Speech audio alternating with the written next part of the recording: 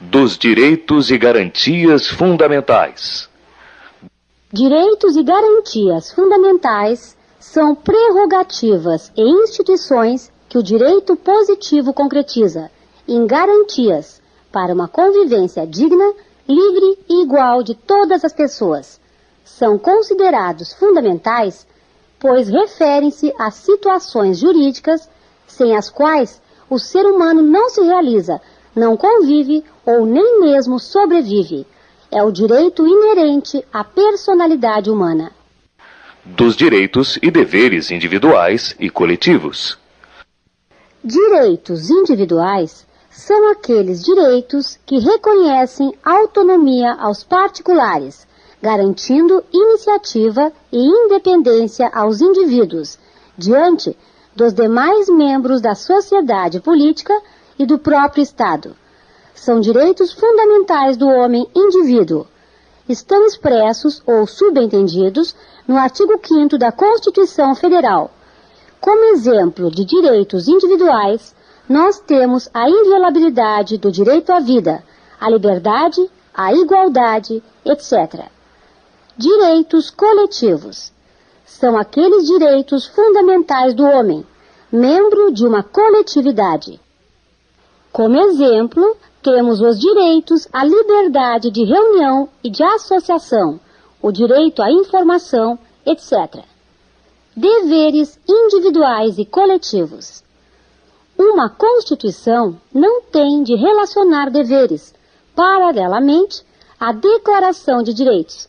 Os deveres decorrem dos direitos, na medida em que cada titular de direitos individuais tem o dever de reconhecer e respeitar igual direito do outro. Cada indivíduo também tem o dever de comportar-se nas relações com outros indivíduos, com postura democrática e compreendendo que a dignidade da pessoa humana, do próximo, deve ser respeitada como a sua própria.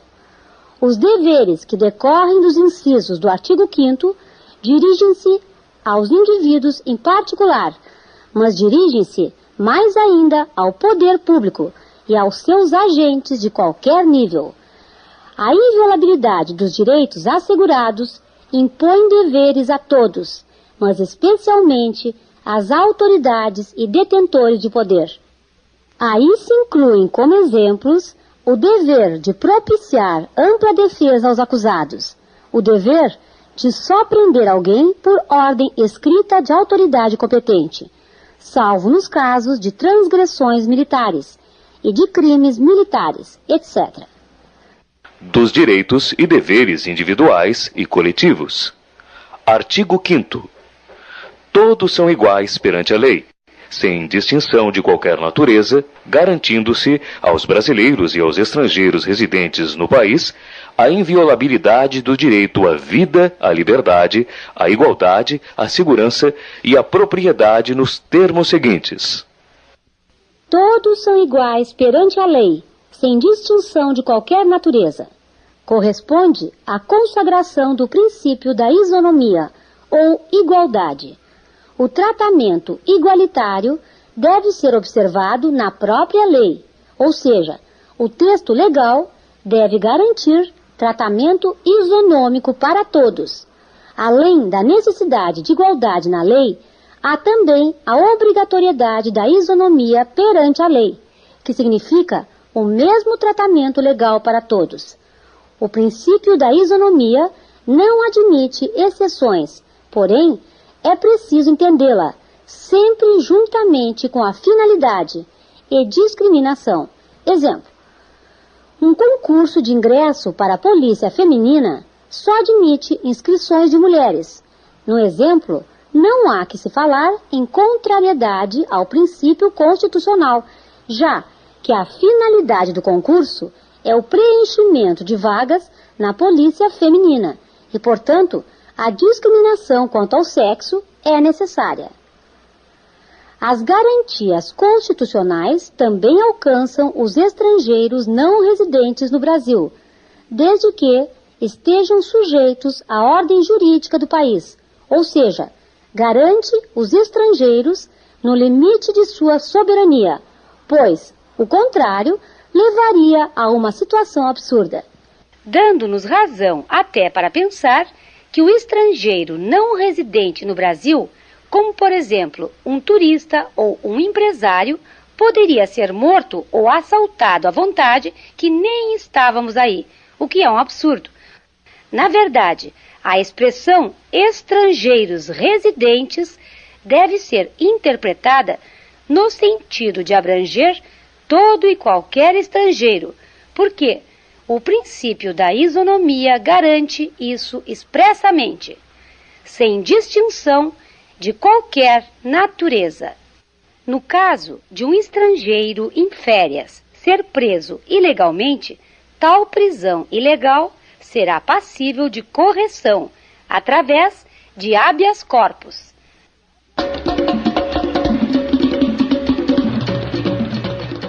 Habeas corpus é uma ação que visa proteger a liberdade de locomoção de uma pessoa, que corresponde ao ir e vir.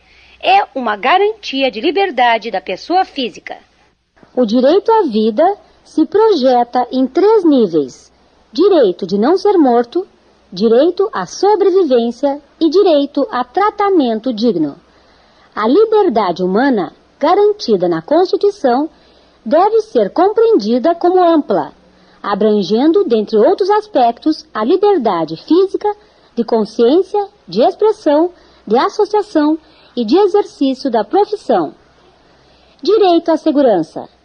A segurança necessária a todo ser humano reflete de forma positiva, que corresponde à proteção dos bens jurídicos pelo Estado, e negativa, possibilitando instrumentos de garantia contra atos abusivos do poder público. Direito à propriedade. Todo homem tem direito à propriedade, mas esta sofre várias restrições em razão da supremacia do interesse público. Exemplo: Mauro é proprietário de um imóvel situado na região por onde passará uma nova estrada. Porém, pode o poder público desapropriar seu imóvel. A propriedade, de acordo com nossa Constituição, deve sempre observar a função social.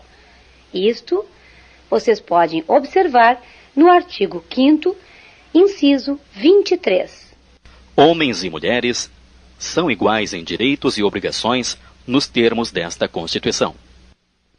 O aspecto referente à isonomia já foi tratado anteriormente, onde o legislador constituinte reforçou aqui a ideia, com o intuito de impossibilitar uma diferenciação jurídica, moral e social entre ambos os sexos.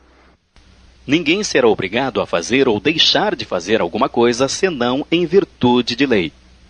É o princípio da legalidade, fundamental para a liberdade individual, protegendo o indivíduo contra a tirania, a prepotência e os desmandos. O termo lei, adotado no presente dispositivo, foi utilizado no sentido amplo e, portanto, abrange também as medidas provisórias e os regulamentos. Ninguém será submetido à tortura nem a tratamento desumano ou degradante. Por tortura, deve-se entender a prática de medidas de cunho físico e moral que ofendam a integridade humana.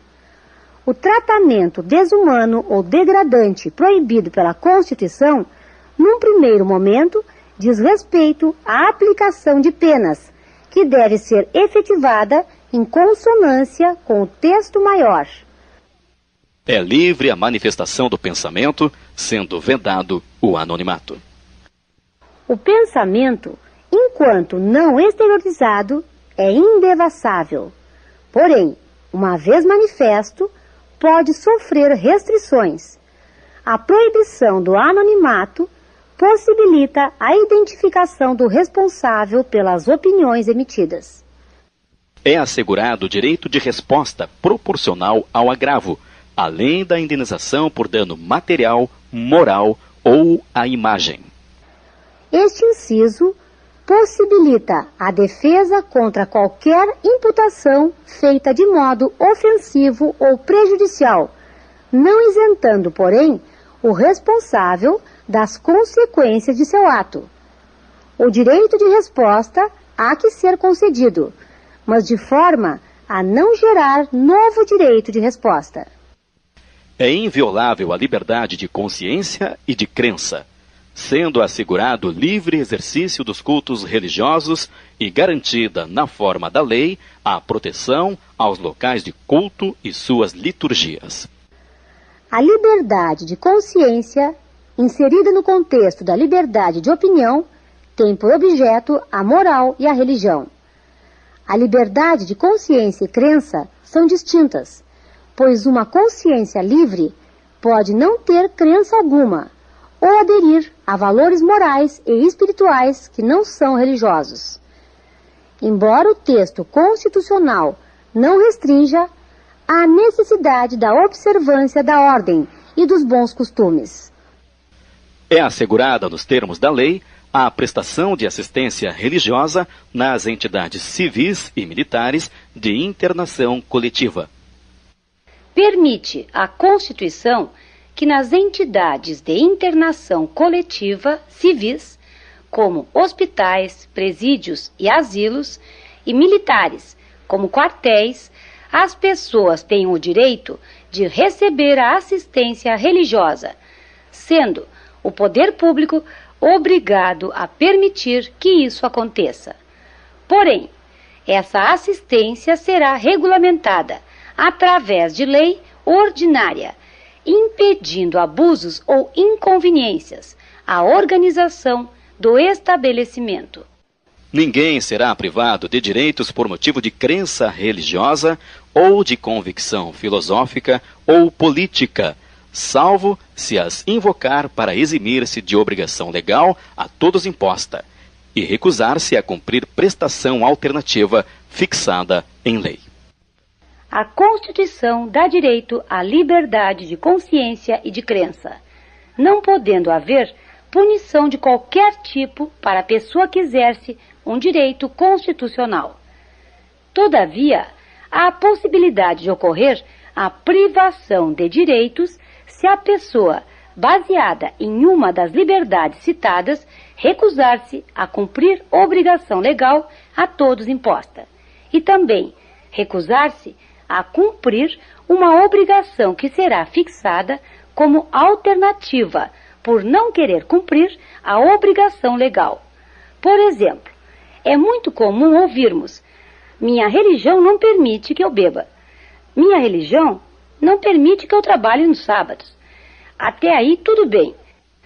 Mas, no momento em que houver uma obrigação legal a todos imposta, como a prestação do serviço militar a todo jovem na idade de 18 anos, e este recusar alistar-se, alegando que o exército usa armas e que armas são instrumentos para tirar a vida de pessoas, que é uma escusa de consciência, deve então a autoridade competente conceder uma prestação alternativa que não contrarie sua religião, como prestação de serviços comunitários, execução de serviços de escritório, etc.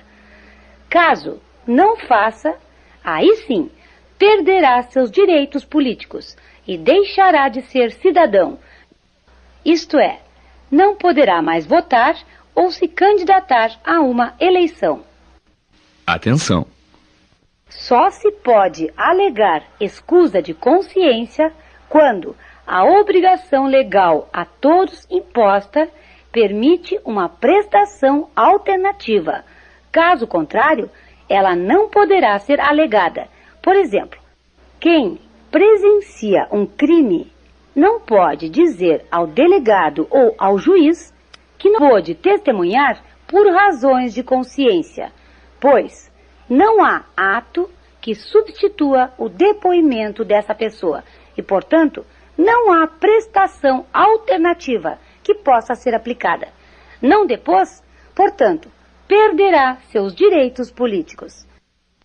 É livre a expressão da atividade intelectual, artística, científica e de comunicação, independentemente de censura ou licença.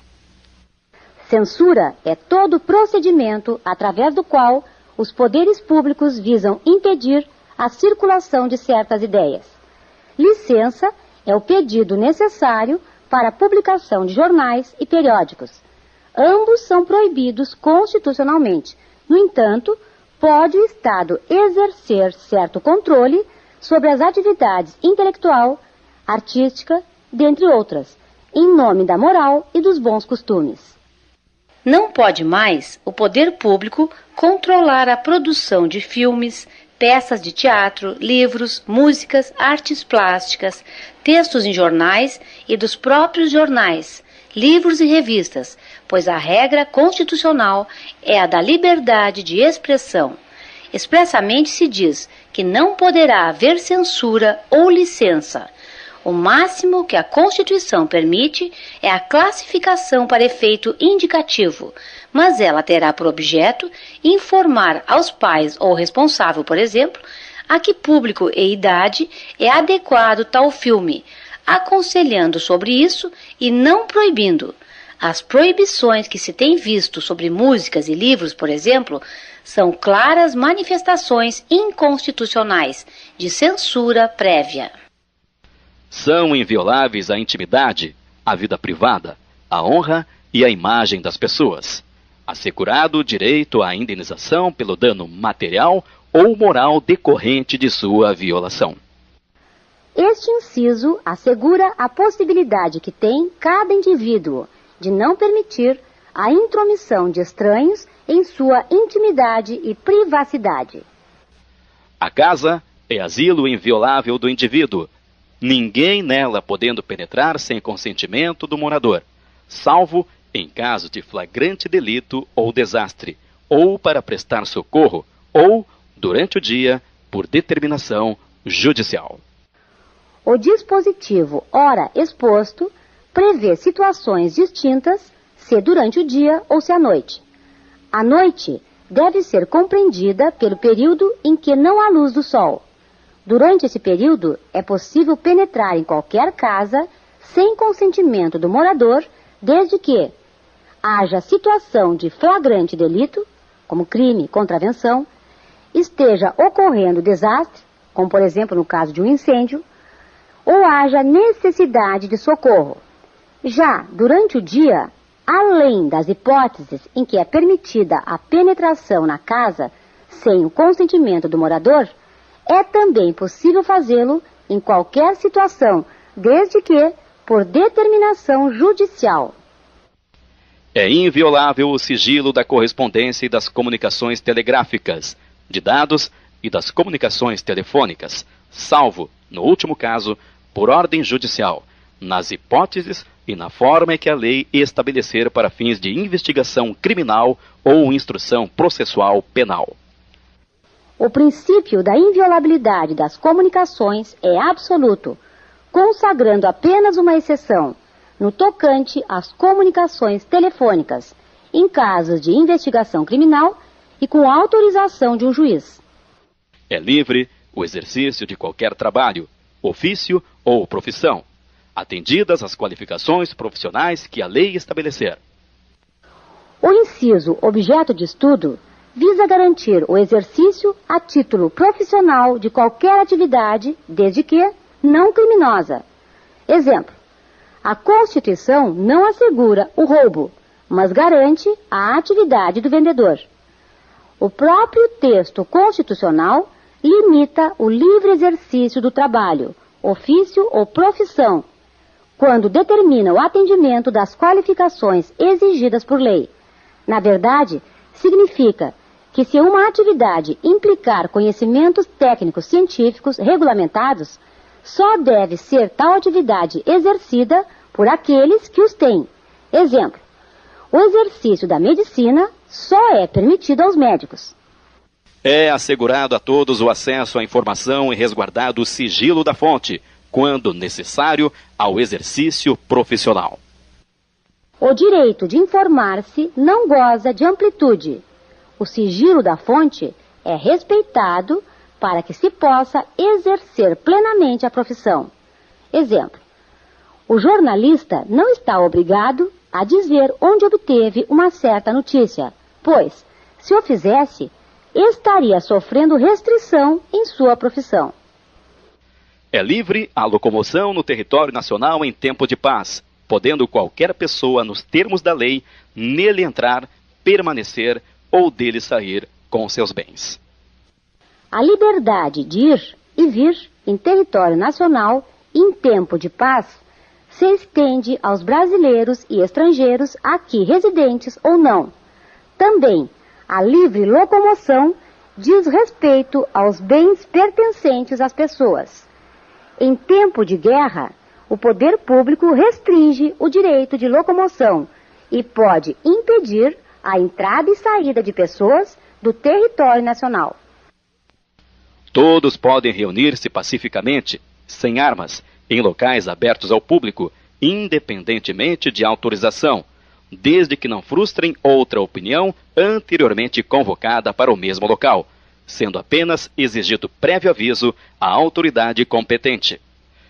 A reunião caracteriza-se pela pluralidade de participantes. O propósito de uma reunião é determinado e, ao término desta, desaparece o laço entre os participantes. A realização de uma reunião não necessita de autorização do poder público, mas precisa que o mesmo seja anteriormente avisado, a fim de que tome as providências que dele dependam. Exemplo: desviar o trânsito para garantir a segurança. É plena a liberdade de associação para fins lícitos, vedada a de caráter paramilitar. A associação caracteriza-se por ser a reunião estável e permanente de pessoas que visam a um fim comum. A Constituição, dada a essência democrática de nossa organização social, garante a todos nós o direito de criarmos associações para que melhor administremos nossos interesses comuns, sejam interesses citadinos, como uma associação de moradores do bairro, sejam interesses profissionais ou sejam interesses esportivos. Essa comunhão de esforços, organizada na criação de uma associação, só poderá ter finalidade pacífica, compreendida na expressão a paz e a licitude. Não poderemos formar uma associação para combater a matança dos bandidos do bairro ou para promover o jogo do bicho. A associação de caráter paramilitar, proibida expressamente pela Constituição, é a que se destina ao treinamento de pessoas, ao manejo de armas, desde que não autenticamente esportivas, e também a que adota rigidez hierárquica, com semelhança militar. A criação de associações e, na forma da lei, a de cooperativas independem de autorização, sendo vedada a interferência estatal em seu funcionamento. A possibilidade de criar associações é decorrência da liberdade associativa e não depende de autorização estatal. No tocante às cooperativas, há necessidade de lei ordinária para regulamentar sua forma de criação, não dependendo também de autorização para sua constituição. Para ambas as instituições, é proibida a interferência do Estado, no que concerne ao funcionamento. As associações só poderão ser compulsoriamente dissolvidas ou ter suas atividades suspensas por decisão judicial, exigindo-se, no primeiro caso, o trânsito em julgado. O inciso ora analisado permite a existência e manutenção de uma associação. Tanto a dissolução quanto a suspensão das atividades compulsoriamente dependem de ordem judicial. A dissolução compulsória somente pode ter sua origem em decisão judicial da qual não caiba mais discussão, ou seja, não mais passível de recurso algum. Ninguém poderá ser compelido a associar-se ou a permanecer associado. Em razão da própria liberdade associativa, é que existe a impossibilidade de se obrigar uma pessoa a associar-se. Não se admite a imposição de vincular-se a uma associação ou nela permanecer. As entidades associativas, quando expressamente autorizadas, têm legitimidade para representar seus filiados judicial ou extrajudicialmente. A associação pode representar seus filiados, desde que estes lhe deem autorização. Tal autorização, porém, há que dizer respeito à matéria objeto do próprio fim social da entidade. Exemplo: uma sociedade com fins científicos não pode representar seu filiado numa ação de divórcio. É garantido o direito de propriedade. O direito de propriedade está condicionado ao bem-estar social. Esse direito é garantido pela exigência de que toda a expropriação se faça mediante prévia e justa indenização. A propriedade atenderá à sua função social. Não será pelo fato de uma coisa ser nossa que poderemos fazer com ela o que quisermos. Ninguém poderá dizer: esta fazenda é minha e nela eu planto o que quiser, até erva daninha se me der na telha. A liberdade de dispor da propriedade imobiliária ou mobiliária é ampla, mas não é absoluta.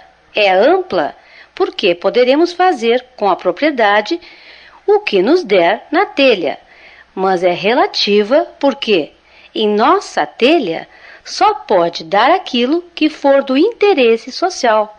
Significa que toda a propriedade deverá ser utilizada pelo proprietário como ele quiser, mas, seja qual for sua opção, deverá ela atender à sua função social, ou seja, produzir algo de útil à convivência social. A lei estabelecerá o procedimento para desapropriação por necessidade ou utilidade pública ou por interesse social, mediante justa e prévia indenização em dinheiro, ressalvados os casos previstos nesta Constituição. Desapropriação é uma forma de aquisição de bens pelo poder público. Em outras palavras, é um instrumento de que se vale o Estado para retirar a propriedade de um particular e incorporar ao patrimônio público, indenizando o ex-proprietário. A Constituição estabelece 3 tipos de desapropriação. Por necessidade pública, quando é indispensável que determinado bem particular seja usado para uma finalidade pública, como a construção de uma represa que ocasionará o alagamento de uma fazenda, obrigando seja esta desapropriada. Por utilidade pública, quando não é indispensável, mas é conveniente que determinado bem seja usado no desempenho de atividade pública, como, por exemplo, tomar o casarão de alguém para nele se construir uma creche. E por interesse social, que é um argumento vasto, mas dentro do qual cabem argumentos que sustentem que a propriedade, por qualquer motivo, será mais bem aproveitada se transferida ao patrimônio público do que se mantida sob o poder do particular, como exemplo da reforma agrária, em que toma-se a propriedade de uma fazenda abandonada sem cultivo, exploração ou produção. A indenização há de ser justa, o que implica dizer que o preço a ser recebido pelo particular desapropriado deverá corresponder o mais possível ao que ele receberia se vendesse a propriedade pela sua vontade. Além de justa, há que ser prévia, ou seja, antes de o Estado passar para o seu patrimônio a propriedade do particular, este já deve ter sido indenizado. As indenizações devem ser pagas em dinheiro. Há 2 exceções a essa regra geral. A primeira é que algumas desapropriações são feitas mediante indenização justa e prévia. mas em títulos e não em dinheiro. Esses títulos são devidos pela desapropriação de imóvel rural, chamados títulos da dívida pública, geralmente quando não se cumpre a sua função social, ou, sob o mesmo argumento, pela desapropriação de imóveis rurais, títulos da dívida agrária. A segunda exceção é uma desapropriação com efeito de confisco, feita, portanto, sem indenização do proprietário particular, sobre terras onde exista cultivo de plantas psicotrópicas, cannabis sativa, coca, epado, papoula, etc. No caso de eminente perigo público, a autoridade competente poderá usar da propriedade particular assegurada ao proprietário indenização ulterior se houver dano. A fim de que o poder público possa utilizar-se de propriedade particular, devem estar presentes o perigo público iminente e a determinação da autoridade competente. Ao contrário da desapropriação, este inciso possibilita apenas o uso da propriedade particular e não a transferência da titularidade do bem. No tocante à indenização, esta somente ocorrerá se o uso pelo poder público tiver causado efetivo dano. Exemplo: o poder público, visando conter o rompimento de uma barragem, utiliza-se de área particular vizinha, área esta cultivada. Em razão do uso pelo poder público, a cultura ficou prejudicada, gerando ao proprietário direito à indenização. A pequena propriedade rural, assim definida em lei, desde que trabalha pela família, não será objeto de penhora para pagamento de débitos decorrentes de sua atividade produtiva, dispondo a lei sobre os meios de financiar o seu desenvolvimento. Penhora é o seguinte: quando devemos um dinheiro a alguém e não pagamos, o credor pede a um juiz que nos mande pagar. Se ainda assim não pagamos, o juiz mandará pegar, isto é, penhorar, um bem nosso, móvel ou imóvel, que será levado a leilão. Arrematando no leilão o dinheiro apurado, será este usado para pagar ao credor e as despesas do processo. A preocupação do constituinte é também com a manutenção da propriedade, mas especificamente da propriedade que atenda aos seguintes requisitos: ser a propriedade rural pequena, ser a mesma trabalhada pela família e ser a dívida contraída em função da própria atividade produtiva. Aos autores pertence o direito exclusivo de utilização, publicação ou reprodução de suas obras, transmissível aos herdeiros pelo tempo que a lei fixar. A Constituição protege o autor, que é o criador intelectual. Pertence a ele o direito de explorar, seja por execução, seja por reprodução ou qualquer tipo de utilização, as obras que ele criar. Sendo seu patrimônio, poderá vendê-lo a quem quiser e se quiser. Esse direito equivale ao direito de propriedade, pertence ao artista, ao criador intelectual, e passará a seus herdeiros caso ele morra.